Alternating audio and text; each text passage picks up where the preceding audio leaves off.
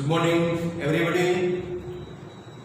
હવે આપણે છઠ્ઠા લેક્ચરમાં 10મો દાખલો આપણે કરેલો, બરાબર। તો આજે આપણે પેજ નંબર 33 પર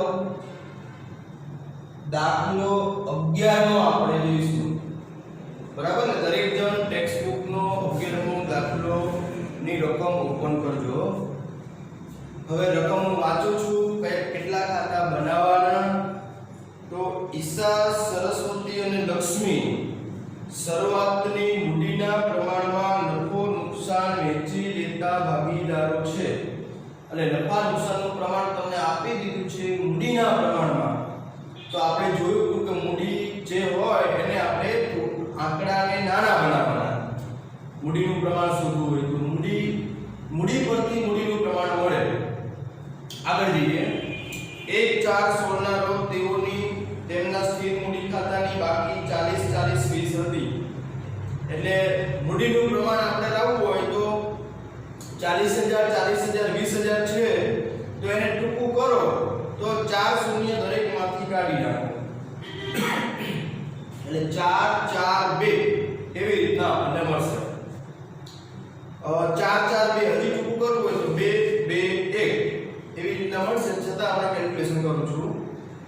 તે તારીખે તેમને ચાલુ ખાતાની બાકીઓ અનુક્રમે નીચે પ્રમાણે છે, એટલે ટૂંકમાં ચાલુ ખાતા આપણને અહીંયા આપેલા છે, તો અહીંયા આપણે 3 ખાતા બનાવવાના આવશે, ફાળવણી, મૂડી અને ચાલુ। હવે આપણે તમે જાણો છો મૂડી ખાતામાં શું લખવાનું, તો કે મૂડી સિવાય કંઈ લખવાનું નથી। તો મૂડી વ્યાજ, ઉપાડ વ્યાજ એની અસર આપવા માટે આપણે ચાલુ ખાતું ખોલવાનું। મૂડી ખાતામાં જે જમા આવશે એ હવે આપણે ચાલુમાં જમા લખવાનું। અહીંયા ઉધાર આવતું, અહીંયા આપણે ઉધાર કરીશું।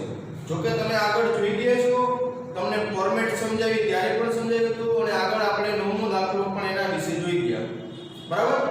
ચાલો, એટલે હવે ત્રણેય ખાતા આપણે દોરીને દાખલો આપણે ગણીએ। એટલે હવે હું રકમ પહેલાથી વાંચું છું, કારણ કે ખાતા ત્રણ બનાવવાના છે એ નક્કી થઈ ગયું, બરાબર। આગળ રકમ વાંચવાની જરૂર નથી, ચાલુ ખાતા આપેલા છે એટલે ચાલુ ખાતા તમારે દોરી નાખવાના, બરાબર। ચાલો, હવે આપણે સૌથી પહેલા આપણને ત્રણેય ભાગીદારોની મૂડી 40, 40, 20 મૂડી ખાતામાં મૂકીએ। 1, 4, 16 બાકી આગળ લાવ્યા 40,000, 40,000, 20,000। ચાલો આગળ વાંચીએ। ચાલુ ખાતાની બાકીઓ નીચે પ્રમાણે હતી। ઈશા 5,000 જમા, તો જમા હોય તો કે જે જમા બાકી હોય એને જમા બાજુ લખો, ઉધાર બાકી ઉધાર બાજુ આવે, બરાબર। એટલે ઈશાની જમા છે 1, 4, 16 બાકી આગળ લાવ્યા ઈશામાં 5,000 જમા, પછી સરસ્વતી 4,000 જમા, સરસ્વતીમાં 4,000, પછી લક્ષ્મી તો કે એને ઉધાર બાકી છે, ઉધાર બાજુ લખો 1, 4, 16 બાકી આગળ લાવ્યા લક્ષ્મીમાં 3,000। આગળ વાંચો। ભાગીદારોના વર્ષ દરમિયાનનો કુલ ઉપાડ 20,000 છે, જે અનુક્રમે 2:1:2 ના પ્રમાણમાં છે। તો ઉપાડને આપણે ક્યાં લખીશું, તો કે ચાલુ ખાતામાં ઉધાર, તો કે ભાગીદારનો અંગત ખર્ચ, એટલે 31/3/17 ઉપાડમાં તારીખ ન હોય તો શરૂઆતની આપવી। ઉપાડ ખાતે પણ આપણે કઈ રીતે વહેંચીશું, તો આપણને કીધેલું છે કે કુલ ઉપાડ કેટલો છે, તો કે 20,000। 20,000 ને આપણે 2, 2, 1 માં વહેંચવાના હોય તો કઈ રીતે, તો તમે જાણો છો કે સરવાળો 5 થાય એટલે છેદમાં 5 આવે। હવે મારે ઈશાને આપવું હોય ઉપાડ તો 20,000 ગુણ્યા 2 55 એટલે કેટલા થશે, તો કે 8,000।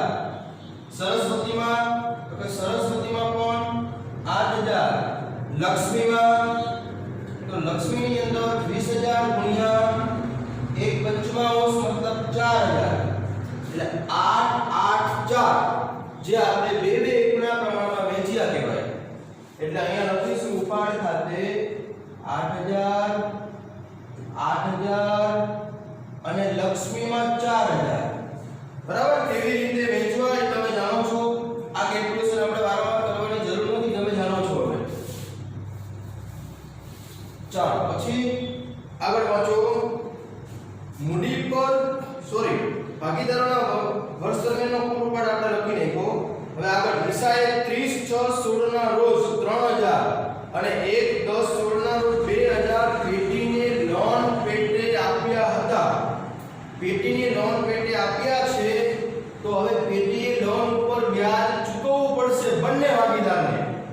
પણ આપણે લોન પર વ્યાજ ફાળવણી ખાતામાં લખતા નથી, એને આપણે નફા નુકસાન ખાતામાં લખવાનું રહેશે. બરાબર. કારણ કે પેટી માટે ખર્ચ છે. બરાબર. એટલે પેટી ઉધાર બાજુ જ લખશે પણ ફાળવણી ખાતામાં નહીં, નફા નુકસાન ખાતામાં લખવાનું. શા માટે? તો કે પેટી એવું વિચારે છે કે જો આપણે બીજા પાસેથી લોન લીધી હોત તો આપણે વ્યાજ ભરવાનું જ હતું, તો ખર્ચ બનવાનો જ હતો. તો અહીંયા ભાગીદાર પાસેથી આપણે લોન લીધી છે એટલે ખર્ચ જ કહેવાય, માટે નફા નુકસાન ખાતાની ઉધાર બાજુ આવે. બરાબર. એટલે આપણે અહીંયા લખવાનું નથી. લોન પણ આવશે, લોનનું વ્યાજ પણ આવશે, પણ અહીંયા આ બંને ત્રણેય ખાતામાં આવશે નહીં. લોન આવશે તો કે પાકા સરવૈયામાં મૂડી દેવા બાજુ, કારણ કે ભાગીદાર માટે પેઢી માટે દેવું કહેવાય અને એનું જે વ્યાજ ચૂકવવાનું થાય એ પેઢી માટે ખર્ચ કહેવાય. એટલે નફા નુકસાનની ઉધાર બાજુ આવે. એટલે વ્યાજ નફા નુકસાનની ઉધાર બાજુ અને લોન પાકા સરવૈયામાં મૂડી દેવા બાજુ. એટલે આપણે આ ત્રણેય ખાતામાં અહીંયા લખવાનું નથી. બરાબર. ચાલો હવે આગળ જોઈએ. 30/11/16 ના રોજ વધારાની મૂડી 12000 લાવી હતી. લક્ષ્મી 12000 વધારાની મૂડી લાવી હતી 30/11 ના રોજ. તો મૂડી ખાતામાં આવે. એટલે મૂડી ખાતામાં આપણે લખશું લક્ષ્મીની મૂડીમાં વધારો થાય છે એટલે અહીંયા આપણે લખીશું કઈ તારીખ? તો કે 30/11/16 લક્ષ્મીમાં 12000. અહીંયા શું લખીશું? તો કે 12000 રૂપિયા રોકડા લાયા હોય તો રોકડ ખાતે લખાય, ચેક આપ્યો હોય તો બેંક ખાતે લખાય, અને 12000 નું ફર્નિચર આપ્યું હોય તો ફર્નિચર ખાતે લખાય. જે બી લાવે એનું નામ આવે. બરાબર. જે બી લાવે એ વસ્તુનું નામ આવે. એટલે અહીંયા હું લખીશ રોકડ ખાતે કૌંસમાં વધારાની મૂડી. હવે તમે સમજી શકો છો જ્યારે તમે મૂડી વ્યાજ ગણશો ત્યારે આ 12000 ઉપર પણ પેઢીએ વ્યાજ ચૂકવવું પડે, પણ આખા વર્ષનું નહીં. શા માટે? તો કે એને કઈ તારીખે આપેલા છે? તો કે 30/11. તો 11મો મહિનો ગણાય કે ન ગણાય? તો કે લાસ્ટ તારીખ હોવાથી 11મો મહિનો ગણાય નહીં. એટલે 12મા મહિનાથી વ્યાજ ગણાય. 12મા મહિનાનું વ્યાજ ગણાય. તો 12મો મહિનો પહેલો, બીજો અને ત્રીજો, મતલબ 4 માસનું વ્યાજ લક્ષ્મીને આપવું પડશે વધારાની મૂડી પર. બરાબર. ચાલો એટલે ધ્યાનમાં રાખજો 11મો મહિનો શા માટે ન ગણાય? તો 30 તારીખ છેલ્લા દિવસે મૂડી આપેલી છે, 11મા મહિનાના છેલ્લા દિવસે. તો 11મો મહિનો ગણાય નહીં. એટલે 12મા મહિનાથી વ્યાજ ચાલુ થાય. 12 1 2 3 એટલે 4 માસનું વ્યાજ લક્ષ્મીને પેઢીએ આપવું પડશે. બરાબર. ચાલો આગળ વાંચો. ભાગીદારી કરાર પત્ર અનુસાર કરાર પત્રની જોગવાઈઓ આપેલી છે. 5 જોગવાઈ છે એનું આપણે પાલન કરીએ. એમાં પ્રથમ જોગવાઈ મૂડી પર 10% વ્યાજ ગણવું. ચલો મૂડી વ્યાજની બે અસર. તો કે ભાગીદાર માટે આવક એટલે અહીંયા જમા, પેઢી માટે ખર્ચ એટલે અહીંયા ઉધાર. બરાબર. ચાલો એટલે અહીંયા જમા બાજુ તારીખ 31/3/17 મૂડી વ્યાજ ખાતે 40,000 ના 10% તો 4,000 થાય, અહીંયા 40,000 ના 10% એટલે 4,000 થાય, બરાબર। પછી લક્ષ્મીની અંદર 20,000 તો એના 10% એટલે 2,000, એટલે લક્ષ્મીનું હું અહીંયા અલગથી લખું છું કે એના શરૂઆતની મૂડીના 2,000 પછી વધારાની મૂડી જે લાવ્યા 12,000 એનું આપણે 4 માસનું વ્યાજ ગણવાનું છે। હમણાં આપણે જોયું તો 4 માસનું વ્યાજ કેટલું થાય તો કે 12,000 છે। સૌથી પહેલા 12,000 ના 10% કરો તો 12,000 ના 10% તો કે 1200 રૂપિયા થાય। હવે મારે 4 મહિનાના કરવા હોય તો હું શું કરીશ તો કે 4 12 કરો એટલે કેટલા થશે તો કે 400 રૂપિયા આવશે। એટલે વધારાની મૂડી પર 400 રૂપિયાનું વ્યાજ ગણાય। એટલે ટોટલ લક્ષ્મીમાં કેટલું થયું તો કે 2400 રૂપિયા થયું। આ ગણતરી અલગ દર્શાવવી જરૂરી નથી, મેં માત્ર તમારી સમજણ માટે અહીંયા આપેલી છે, બરાબર। ચાલો બીજી અસર આપો, મૂડી વ્યાજ ઈશા સરસ્વતી લક્ષ્મી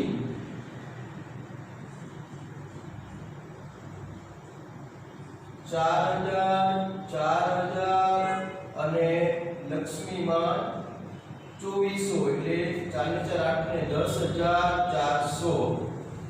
10,400 નું વ્યાજ ટોટલ થયું। પેઢી માટે ખર્ચ છે।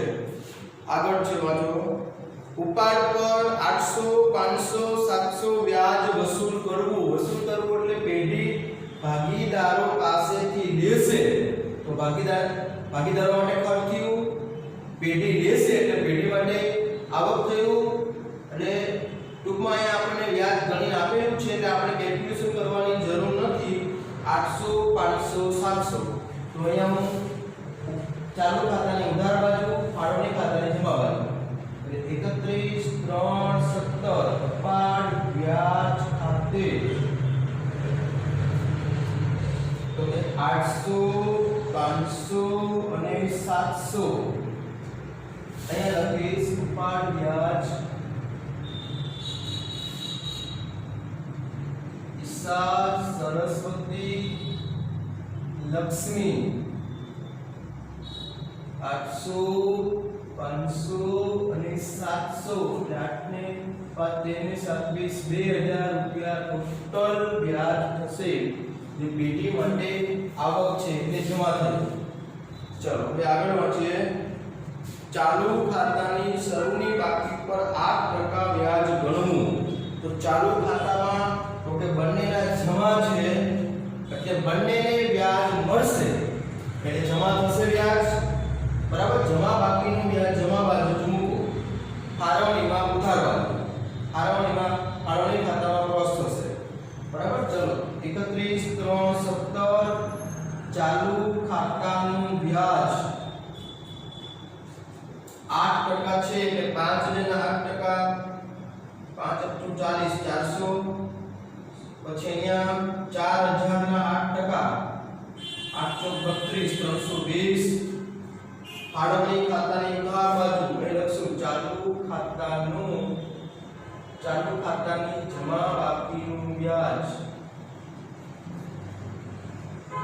ઈશા અને સરસ્વતી 400 અને 320 એટલે ટોટલ 720, બરાબર।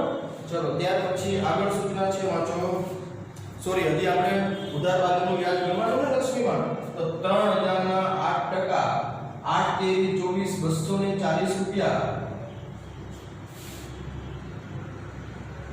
અહીં લખશું ચાલુ ખાતાનું વ્યાજ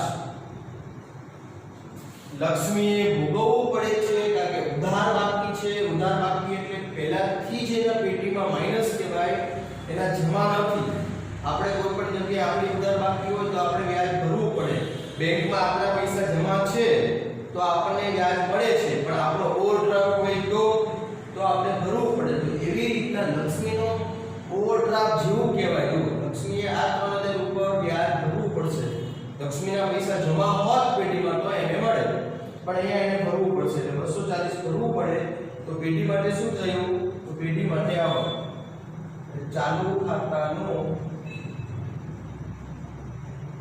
ચાલુ ખાતાની ઉધાર બાકીનું વ્યાજ લક્ષ્મી 240. બરાબર. ચાલો ચાલુ ખાતાનું વ્યાજ પૂરું. હવે તમને એક માર્કમાં પ્રશ્ન પૂછાય કે ચાલુ ખાતાની જમા બાકીનું વ્યાજ પેઢી માટે શું ગણાય? તો કે પેઢી માટે ખર્ચ ગણાય. શા માટે? કે જમા રકમ ઉપર પેઢીએ વ્યાજ ચૂકવવું પડે. પેઢી માટે ખર્ચ, ભાગીદાર માટે આવક. બરાબર. એટલે અહીંયા આપણે એમ કહીએ કે આગળ વાંચીએ. પેઢીમાં સક્રિય કાર્ય કરવા બદલ ઈશાને 1/11/16 થી દર મહિને 800 લેખે પગાર આપવો. તો અહીંયા ઈશાને પગાર મળશે. બરાબર. 1/11/16 થી એટલે 11મો મહિનો ગણાશે કે ન ગણાય? તો કે પહેલી તારીખ છે એટલે 11મો મહિનો ગણાય. એટલે 11 12 1 2 3 એટલે 5 મહિનાનો પગાર આપણે આપવાનો છે. બરાબર. એટલે 5 મહિનાનો પગાર ગણો તો 800 ગુણ્યા 5 4000 રૂપિયા થશે. તો 4000 રૂપિયા આપણે ઈશાને આપવાના રહેશે. અને ઈશાને ચાલુ ખાતાની જમા બાજુ કે આવક કહેવાય અને પાણોની ખાતાની ઉધાર બાજુ. તો હું અહીંયા લખીશ 31/3/17 પગાર ખાતે 800 ગુણ્યા 5 એટલે 4000 રૂપિયા ઈશાને મળશે. પેઢીએ ચૂકવવાના એટલે પેઢી માટે ખર્ચ. 4000 રૂપિયા પેઢી માટે ખર્ચ. બરાબર. ચાલો હવે આગળ વાંચીએ. વેચણી પાત્ર નફાના 3500 મકાન ભંડોળ ખાતે લઈ જવા. એટલે ટૂંકમાં આપણે જે નફો થાય એમાંથી આપણે 3500 રૂપિયા ભંડોળ ખાતે લઈ જવાના. આપણે કેવા આગળના દાખલામાં સામાન્ય અનામત ખાતે લઈ ગયા. તો સામાન્ય અનામત ખાતે લઈ જવાના હતા ત્યારે આપણે નફાની રાહ જોવી પડતી હતી. કારણ કે જે નફો થાય એમાંથી આપણે લઈ જવાના. બરાબર. તો અહીંયા પણ એવું જ છે, પણ અહીંયા આંકડો આપણને ફિક્સ કહેલો છે કે 3500 રૂપિયા આપણે મકાન ભંડોળ ખાતે લઈ જવાના. ખાલી આપણે નફાની રાહ જોવી પડશે કે નફો થાય છે ને. બરાબર. ખોટ નથી જતી ને, કારણ કે ખોટ જાય તો લઈ જવાય નહીં. બરાબર. એટલે ખાલી નફો થાય એટલી આપણને ખબર પડે કે 3500 રૂપિયા એમાંથી આપણે લઈ જવાના છે. બરાબર. કેટલો નફો થાય છે એ આપણે જોવું નથી. નફો થાય એટલે લઈ જવાના છે બસ. ખોટ હોય તો ન લઈ જવાય એટલા માટે. હું અત્યારે 3500 રૂપિયા મૂકી લીધા મેં, પણ ઇન કેસ પછી ખોટ આવશે તો. બરાબર. તો એવી રીતે ખોટના સંજોગોમાં કોઈ પણ ભંડોળ કે સામાન્ય અનામતની કોઈ પણ અનામત લઈ જવાનો હોય નહીં. બરાબર. એટલે ખાલી આપણે ખબર પડવી જોઈએ નફો થાય છે ને. બરાબર. તો આગળ જઈએ. આપણે વાંચશું ફરી વખત. ચલો આગળ. 31/3/17 ના રોજ પૂરા થતા વર્ષનો ઉપરોક્ત હવાલા નાખ્યા પહેલાનો. તો આ હવાલા પહેલાનો જ નફો હોય. આપણને પહેલાનો જ બોલે છે. અને ઈશાની લોન પર વ્યાજ ગણ્યા પછીનો નફો 20880. તો ઈશાની લોન પર વ્યાજ ગણ્યા પછી. તો સામાન્ય રીતે તમે વિચારો કે જે આપણે પહેલા તો એ વિચારો કે ઈશાની લોનનું વ્યાજ ક્યાં આવે? તો કે નફા નુકસાન ખાતામાં. તો આ ચોખ્ખો નફો ક્યાં આવે? તો કે એ પણ નફા નુકસાન ખાતામાંથી જ આપણને મળવાનો. હવે નફા નુકસાન ખાતા ઉપરથી જો નફો મળવાનો હોય તો એમાં ઈશાની લોનનું વ્યાજ ગણાઈ ગયું હોય જ. બરાબર. પછીનો જ નફો હોય. કારણ કે ઈશાની લોનનું વ્યાજ તમે મૂકવું હશે નફો ખાતામાં ઉધાર બાજુ, અને પછી જ તમે નફો ખાતાની બાકી કાઢો છો, અને એને તમે ચોખ્ખો નફો બોલો છો. એટલે ઈશાની લોનનું વ્યાજ ગણાઈ ગયું હોય પછી જ નફો મળે. તો અહીંયા આપણને પછીનો જ કીધો છે. બરાબર. કદાચ આપણને પહેલાનો કીધો હોત તો આપણે વિચારવું પડે, પણ અહીંયા આપણને પછીનો જ નફો કીધો છે. પછીનો જ આપણે લેવાનો છે. બરાબર, એટલે આપણે અહીંયા કોઈ નફો સુધારવાની જરૂર નથી, પછીનો જ આપેલો છે એટલા માટે. જો પહેલાનો હોત તો તમારે લોનનું વ્યાજ નફામાં પ્લસ કરવું પડે, પણ અહીંયા આપણે પ્રશ્ન નથી, અહીંયા આપણે સીધું મૂકી દઈશું. એક આપણો પ્રશ્ન હતો અગાઉ આપણે જોઈ ગયા કે ઉપાડ વ્યાજ ગણ્યા પછીનો નફો. યાદ કરો, આના પહેલાનો દાખલો હતો એમાં એવું હતું કે ઉપાડ વ્યાજ ગણ્યા પહેલાનો નફો. તો આપણે શું કર્યું હતું? તો ઉપાડ વ્યાજ આપણે અહીંયા બાદ કરીને પછી આપણે અહીંયા નફો મૂકેલો હતો, કારણ કે આ નફો જે આવે ને એમાં ઉપાડનું વ્યાજ ગણ્યું ન હોય, એ પહેલાનો હોવો જોઈએ આપણી પાસે, બરાબર. પછીનો હોય તો આપણે સુધારવો પડે. આપણે આના પહેલાના દાખલામાં સુધાર્યું પણ ખરું, પણ અહીંયા સુધારવાની જરૂર નથી, કારણ કે અહીંયા લોનનું વ્યાજ નવું ખાતામાં ઉધાર બાજુ જ આવે અને આ નફો જે આવવાનો છે લોનનું વ્યાજ ગણ્યા પછી જ આવવાનો હોય, બરાબર. એટલે આપણે સુધારવાની જરૂર નથી. એટલે હું અહીંયા લખીશ ચોખ્ખો નફો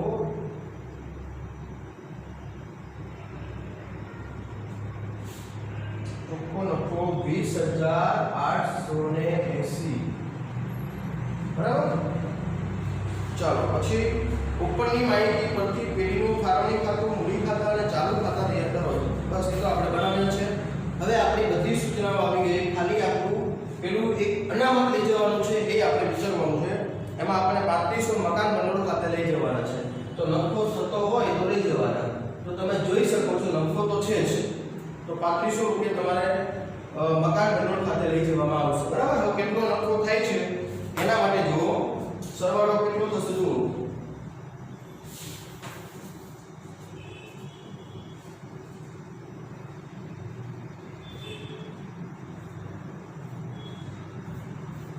તો સરવાળો કરો તો 23120. હવે કેટલો નફો અહીંયા મળશે? પણ પહેલા આપણે 3500 રૂપિયા મકાન ભંડોળ ખાતે લઈ જવાના છે, એટલે અહીંયા હું લખીશ મકાન ભંડોળ ખાતે, બરાબર. હવે અહીંયા કેટલો નફો મળશે જો, એને આપણે વહેંચણી પાત્ર નફો કહીશું. વહેંચણી પાત્ર નફો હિસ્સા સરસ્વતી અને લક્ષ્મી કેટલો નફો મળે છે જો, તો નફો આવશે 4500 રૂપિયા મળશે આપણને. હવે આપણે કયા પ્રમાણમાં વેચવાના છે તો એના માટે આપણી સૂચના કઈ હતી? પ્રથમ લીટીમાં જ આપણે લખેલું હતું કે મૂડીના પ્રમાણમાં નાનું વેચતા ભાગીદારો છે. તો મૂડીનું પ્રમાણ, તો કે તમે અહીંયા જુઓ છો મૂડી આપણી કઈ હતી? તો કે 40000 અને 20000 આવી રીતના હતી. હમણાં પણ આપણે ચર્ચા કરી, ફરી વખત જોઈ લઈએ. તો કે આને આપણે ટૂંકું કરવું હોય તો કે બધામાંથી 4 શૂન્ય નીકળે છે. ટૂંકું કરવા માટે કઈ બાબત ધ્યાનમાં રાખવાની? તો કે બધામાંથી જેટલું સેમ રકમ કાઢો અથવા સેમ રકમ વડે ભાગો. તો બધામાંથી સેમ આપણે કાઢવું હોય તો 4 શૂન્ય બધામાંથી નીકળશે, એટલે અહીંયા નીકળશે 4 4 2 આવી રીતના આપણને મળશે. હજી ટૂંકું કરવું હોય તો કે સેમ રકમ વડે ભાગો. તો સેમ રકમ એટલે બધાને 2 વડે ભાગો, એટલે 1 2 2 2 4 એટલે આપણે અહીંયા કહી શકીએ 2:2:1. આ આપણું મૂડીનું પ્રમાણ થયું અને આ પ્રમાણમાં આપણે નફો નુકસાન વહેંચવાનું છે, બરાબર. તો નફો કઈ રીતે 2:2 જો આપણે વહેંચવો હોય તો 4500 જે છે એને આપણે 2/55, બરાબર ને? કારણ સરવાળો 5 થાય તમે જાણો છો, બરાબર. એટલે 4500 ગુણ્યા 2/55 એટલે કેટલા થશે? તો કે અહીંયા 1800 આવશે, અહીં પણ 1800 આવશે અને અહીં 900 આવશે, બરાબર. એટલે 1800 900. હવે આ નફો છે ભાગીદારની આવક છે એ તમે જાણો છો, એટલે ચાલુ ખાતામાં જમા બાજુ 31,317 અહીં લખશો વહેંચણી પાત્ર નફો, એટલે 1800 900, બરાબર. હવે આપણો દાખલો કમ્પ્લીટ, ફાળવણી ખાતું આપણું કમ્પ્લીટ થઈ ગયું. આની બીજી અસર થશે પણ એ પાકા રૂપિયામાં મૂડી દેવા સાઈડ મૂડીની નીચે આવશે, અનામત છે ને એટલા માટે, બરાબર. એટલે આ ખાતું પૂરું. હવે આપણે અહીંયા બાકી કાઢીએ.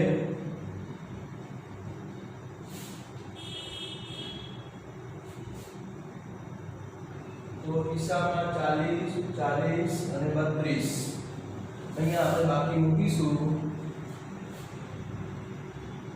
40 40 32000 અહીંયા લખીશું બાકી આગળ લઈ ગયા પછી આ જે બાકી છે આપણે અહીંયા લાવીએ છીએ બાકી આગળ લાવ્યા તરીકે એ હવે તમે જાણો છો પછી એવી જ રીતના ચાલુ ખાતાની બાકી કાઢો તો ચાલુ ખાતામાં કઈ બાજુ સરવાળો વધારે છે જુઓ તો ઈસામાં પહેલા ચેક કરો તો ઈસાની અંદર જમા બાજુ વધારે છે બરાબર ને એટલે જમા બાજુ સરવાળો કેટલો થશે તો 15200 સરવાળો થશે 15200 માંથી આટલા 8800 કાઢો એટલે અહીંયા મળશે તમને 6400 એની સામે આપણે શું લખવાનું તો કે બાકી આગળ લઈ ગયા કઈ બાજુ લઈ ગયા તો કે પાકા સરવૈયામાં મૂડી દેવા બાજુ પાકા સરવૈયામાં મૂડી દેવા બાજુ કેમ મૂડી દેવા બાજુ તો કે જમા રૂપિયા છે એટલે પેઢી માટે દેવું પડે એટલા માટે દિશાના પૈસા જમા છે હવે આપણે સરસ્વતીમાં ચેક કરીએ તો સરસ્વતીની અંદર સરવાળો કઈ બાજુ વધારે થશે તો એમાં પણ તમે જોઈ શકો છો જમા બાજુ વધારે છે બરાબર ને તેમાં જમા સાઈડનો સરવાળો વધારે કરો એટલે 10120 બાદ કરો 8500 બાદ કરો એટલે 5620 મળશે 5620 ચલો એ પણ મૂડી દિવસ લઈ જશો ચલો હવે લક્ષ્મીમાં પણ લક્ષ્મીની અંદર તમે જોઈ શકો છો કે ઉધાર સાઈડનો સરવાળો તમને વધારે મળે છે એટલે અહીંયા બાકી મળવાની છે બરાબર કેટલી મળે છે જો તો એનો સરવાળો 11940 બરાબર બાકી કાઢો તો કેટલી નીકળશે તો કે અહીંયા તમને 8640 મળશે 8640 એની સામે શું લખશો તો કે બાકી આગળ લઈ ગયા કઈ બાજુ લઈ ગયા તો કે પાકા સરવૈયામાં મિલકત લેના બાજુ પાકા સરવૈયામાં મિલકત લેના બાજુ બરાબર પેઢી માટે શું ગણાય તો કે લેણું ગણાય શા માટે કે લક્ષ્મીના આટલા રૂપિયા ઉધાર છે બરાબર ઉધાર એટલે લક્ષ્મીને ભવિષ્યમાં એટલા રૂપિયા પેઢીને આપવાના રહેશે એટલે પેઢી માટે લેણું ગણાય એટલે મિલકત લેના બાજુ મૂકશો હવે આ રકમ લઈ ગયા તેને તમે લાવ્ય તરીકે આ બાજુ લખી શકો